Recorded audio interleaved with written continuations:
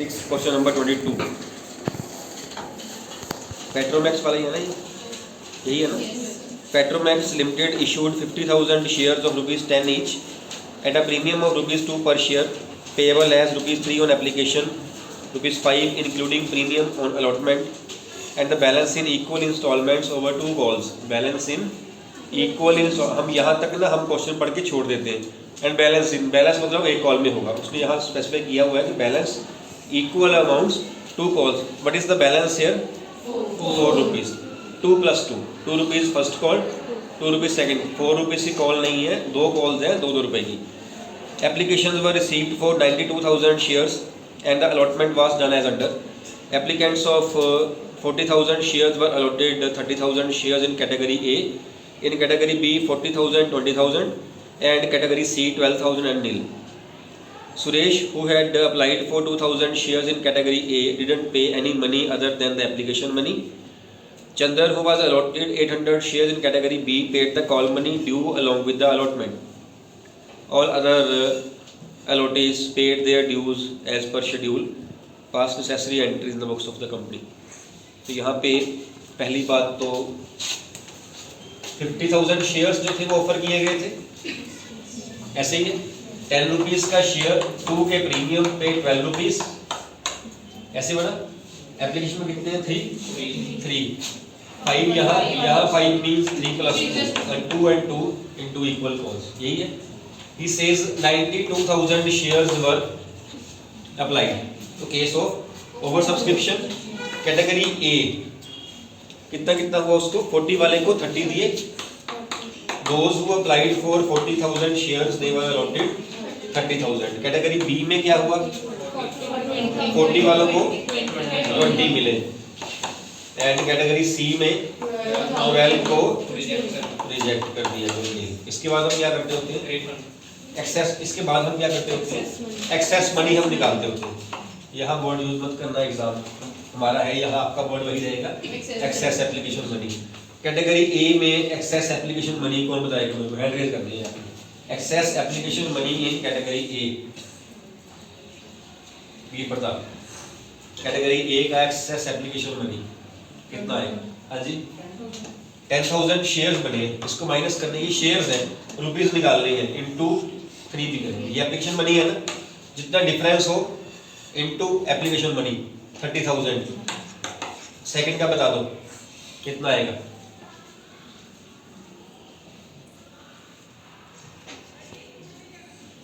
कितने शेयर्स बने? 20,000 इनटू किससे करोगे? इनटू 3 ही करोगे। एप्लीकेशन मनी निकाल ले, एप्लीकेशन करें 20 × 3 60। थर्ड का भी निकाल दो। नहीं, एप्लीकेशन तो आएगा ही। 12 - 0 एक्सेस तो है ही, डिफरेंस है यहाँ पे, डिफरेंस है ना, डिफरेंस से निकाल। डिफरेंस कितना है? 12 इनटू 3 कितना बना? 36,000। तो इन दोनों का डिफरेंस इनटू हमेशा एप्लीकेशन मनी, बिकॉज हम निकाल ही वो रहे हैं एक्सेस एप्लीकेशन मनी। ठीक है, अब इसको एडजस्टमेंट करने की बारी है। एडजस्टमेंट करते हुए हमने ये देखना है कि ये पैसा अलॉटमेंट पे एडजस्ट हो रहा है कि नहीं हो रहा। जल्दी पैसा पहले अलॉटमेंट में एडजस्ट करना है हमने। कितना बड़ा है हमारे पास? 30। लेना कितना हमने इस कैटेगरी से? 30 × 5 150। तो सारे का सारे पैसा हमारा अलॉटमेंट पे एडजस्ट हो रहा है। हो गया। इससे कितना लेना है अलॉटमेंट पे? 20 × 5 1 लाख। बड़ा कितना है? ये भी अलॉटमेंट पे एडजस्ट हो गया। ठीक है, इससे कितना लेना है? रिफंड कुछ नहीं करना, इसका लेना ही नहीं, तो ये आपका रिफंड कर दिया जाएगा। ये बैंक में आएगा, ये अलॉटमेंट में। आउट ऑफ दीज में रुपीस आपका 126,000 बनता है ये सारा। 1,26,000, 36,000 will be refunded and 19,000 will be adjusted at the step of allotment. ठीक है, उसके बाद वो कहता है कि एक पर्सन था Suresh, who applied for, applied word यहाँ अंडरलाइन कर लेना, who applied for 2,000 shares and he belongs to category A, उसने अलॉटमेंट मनी नहीं पे करी। ऐसे ही है, तो वर्किंग नोट यहाँ बनेगा या नहीं बनेगा? बनेगा, बिकॉज दोनों कंडीशन जो है वो सेटिस्फाई हो रही है। अलॉटमेंट भी प्रोपोर्शनेट है उसको दी हुई, और उसने सेकंड स्टेप पे जो है वो फॉल्ट किया हुआ है, ये वर्किंग नोट बनेगा। और एक है सुरेश के अलावा दूसरा था Chander, who was allotted 800 shares और कैटेगरी बी का था, उसने कॉल मनी अपने अलॉटमेंट पे कर दी। वो किस कैटेगरी का है कोई फर्क नहीं पड़ता, जिस मर्जी को उसके अलॉटेड शेयर दिए होंगे। अप्लाइड दिए होते तो हमें ज़रूरत पड़नी थी। उसने उसकी ये बन रही है कॉल्स इन एडवांस, है ना। पहले वाले सुरेश की बन रही थी कॉल्स इन एरियर्स। ठीक, तो एंट्रीज कैसे होनी है? पहले एप्लीकेशन की 2, फिर अलॉटमेंट की 2 with working note, with working note वाला प्रोपोर्शनेट वाला। देन उसके बाद फर्स्ट कॉल की 2, फिर सेकंड कॉल की 2। शेयर्स का बताया कहीं कॉल फील्ड रीइशू की है? कुछ नहीं बताया। तो यही 8 एंट्रीज हैं आपकी। उसने वो छोड़ दिया और पॉइंट जो था वो यहाँ ले लिया हुआ है अलॉटमेंट रिसीव्ड वाले में।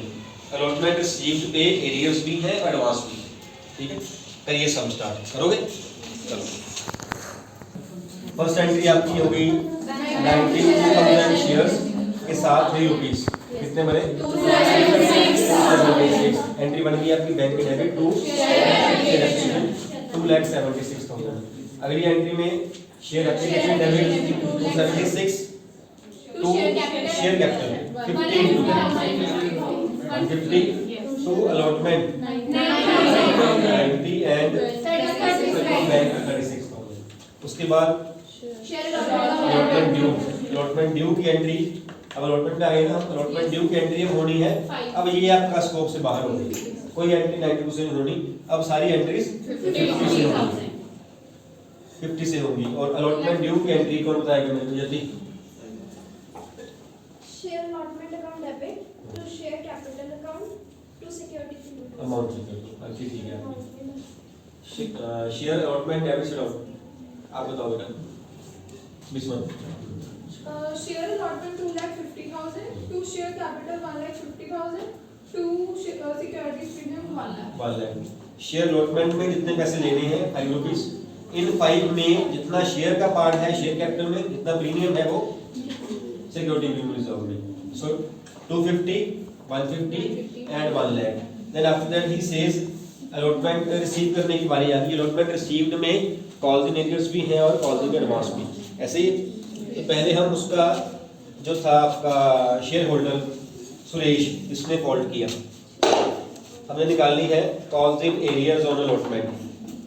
पहला स्टेप क्या होता है? अलॉटेड या अप्लाइड निकाले। यहाँ हमें दिए हुए उसके अप्लाइड। अलॉटेड निकालनी है। अलॉटेड आपकी आ गई 3/8 इंटू कितने उसके 2000। 1500 शेयर आ गए। 15 उसने अप्लाई किए। सेकंड क्या होता है? Excess money, excess application money of that particular share holder. इन दोनों का डिफरेंस 500 इंटू 3 रुपीज। अब ये 1500 शेयर, बड़ी बार ये पॉइंट आ जाता है। कई शब्द में आया ये नंबर ऑफ शेयर्स और ये रुपीज आपस में मिलते होते हैं। ये शेयर्स हैं, ये रुपीज है, ये एडजस्ट करने 1500। थर्ड वन है उससे लेने कितने थे अलॉटमेंट पे हमने 1500 शेयर्स इंटू 5 7500 माइनस ये वाले। इट मीन्स उस पर्सन से सुरेश से हमें 6000 रुपीज नहीं मिले। ऐसे हुआ, ये नहीं मिले, ये भी नहीं मिलने थे और एक ये भी नहीं मिलने थे 90,000, ये भी नहीं मिले, ये ऑलरेडी एडजस्ट हो गए थे। प्लस एक पर्सन था जिसने अपनी एडवांस पे कर दी on 800 shares. Calling advance 800 into 4 करनी है। 5 भी बीच में ऐड करने हैं। 5 तो अलॉटमेंट की आज की स्टेप की है। ये आपके बन गए 3200, जिसमें से हाफ जो है वो फर्स्ट कॉल के हैं और हाफ सेकंड कॉल के हैं। ये मैं हाफ क्यों कर रहा हूँ? इकट्ठे नहीं कर दूँ, हम लिखेंगे तो इकट्ठा ही, इसको लिखेंगे तो यहाँ इकट्ठा ही। फिर मैं हाफ क्यों बोल रहा हूँ? जब बाद में डेबिट करना है अलग अलग करना है उसको। 1600 रुपया फर्स्ट कॉल का एडवांस है, 1600 ही सेकंड कॉल का एडवांस है। ठीक ना। What is the amount which has been received in allotment? कितनी ड्यू हुई थी अलॉटमेंट? 2,50,000 माइनस जो पहले रिसीव कर लिया था ऑलरेडी एडजस्टेड 90,000 माइनस सुरेश का जो नहीं मिला 6,000 प्लस 3,200 कॉलिंग एडवांस 154 एंड 157,200। लिखिए एंट्री, एंट्री चेक करिए। Bank debit 157,400 157,200 calls in arrears debit 6,000 to share allotment 160 to calling in advance 3200। ये एंट्री चेक करिए आपको ठीक है। इसी एंट्री का मेन वेट है, इसी में जाती कैलकुलेशन, इसके बाद कुछ नहीं।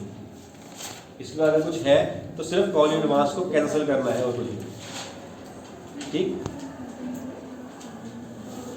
देन है आपका, सही है ये एंट्री, मैं रिपीट कर दूं। Bank debit 157,200, call in arrears debit 6,000, to share allotment 1,60,000 and to call in advance 3,200। इसके बाद अब फर्स्ट कॉल ड्यू की एंट्री नवनीत क्या होगी? फर्स्ट कॉल ड्यू अप्लाई करी जाओगे, अब ये पैसे नहीं लेने। फर्स्ट कॉल ड्यू करनी,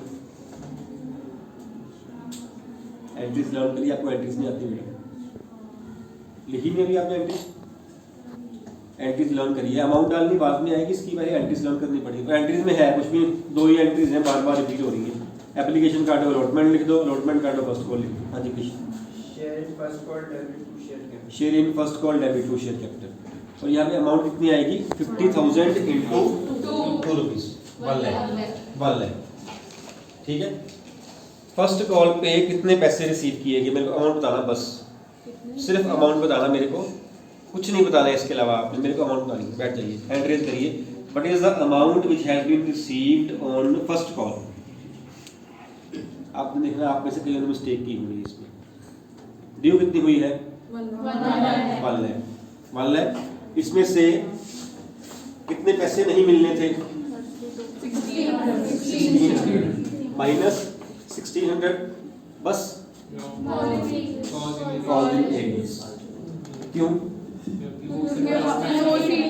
जिसने अलॉटमेंट नहीं पे करी उसने फर्स्ट कॉल भी नहीं पे करी जब तक उसके शेयर्स नहीं फोल्ड हो जाते, है ना। उसने बताया नहीं तो वो अगला भी उसका फॉल्ट ही है।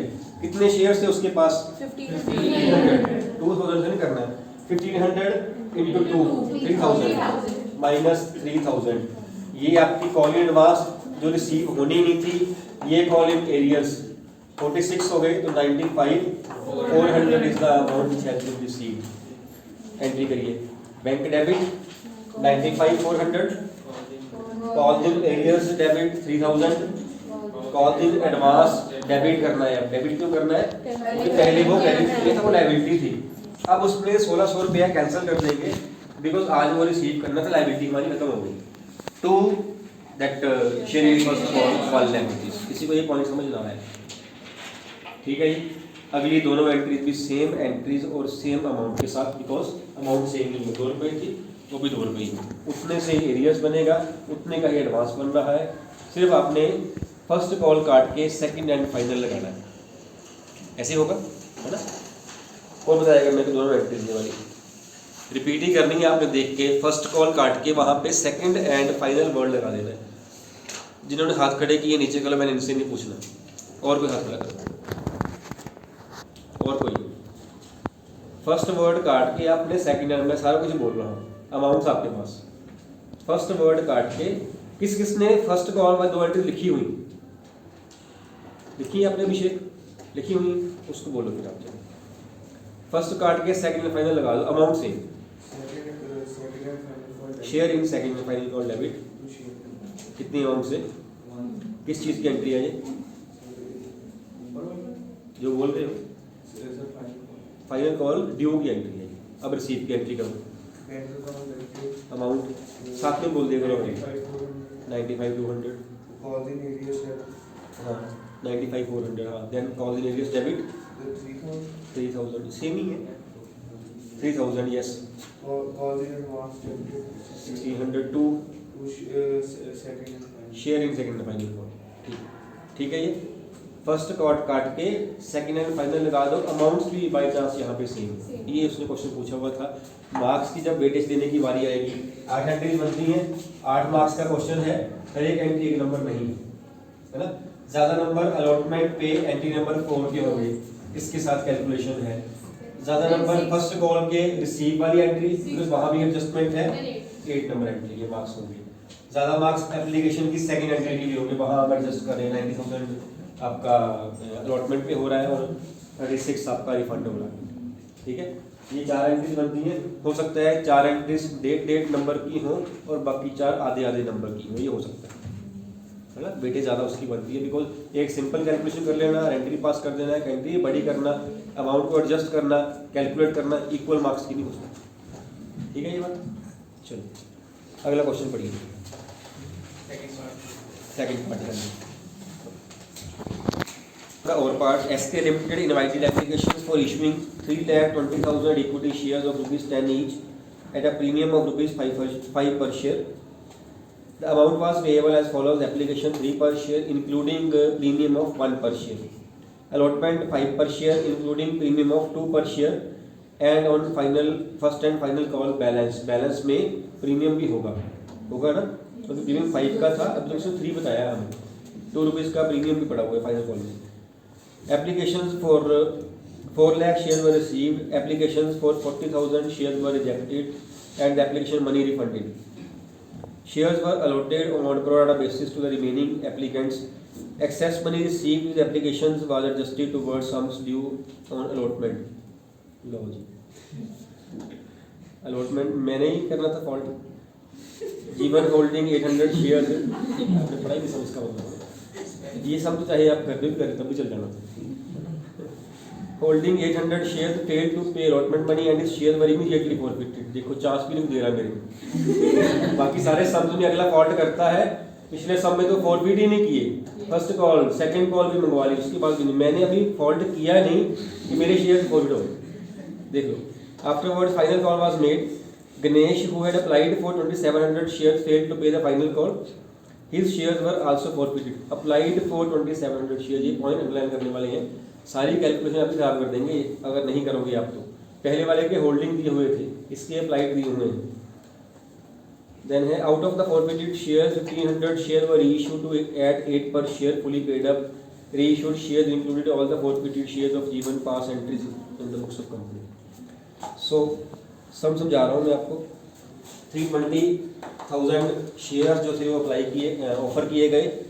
10 + 5 15 का शेयर 3 कॉल्स में है, एप्लीकेशन पे है 3 मीन्स 2 + 1, अलॉटमेंट पे है 5 means 3 + 2 and balance.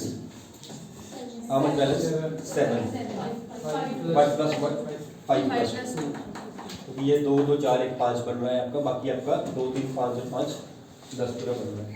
And he says application were received for 4 lakh shares और 40,000 को रिजेक्ट कर दिया गया। दो ही कैटेगरीज बनी, 4 लाख की एप्लीकेशंस थी आ गई, हमने 40,000 को रिजेक्ट कर दिया, जो बाकी बच गई, बाकी कितनी बची हैं 360, तो 360 को कितने दे दिए हमने, जितने हमारे पास पड़े थे सारे दे दिए।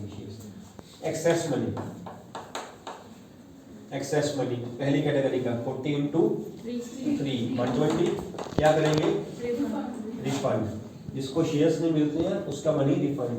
सेकंड के कितने 120 और 120 कहाँ एडजस्ट होंगे, हो रहे हैं अलॉटमेंट पे एडजस्ट, चेक भी कर लेना, करने तो अलॉटमेंट पे ही है, सारे हो रहे हैं कि नहीं हो रही है ना, होगी कुछ ज़्यादा ही बन रहा, चेक वैसे तो बन नहीं रहा, चेक कैसे करेंगे 320 × 5, तो हमारे पास कितने पड़े 120, तो ये अलॉटमेंट पे एडजस्ट हो जाएंगे।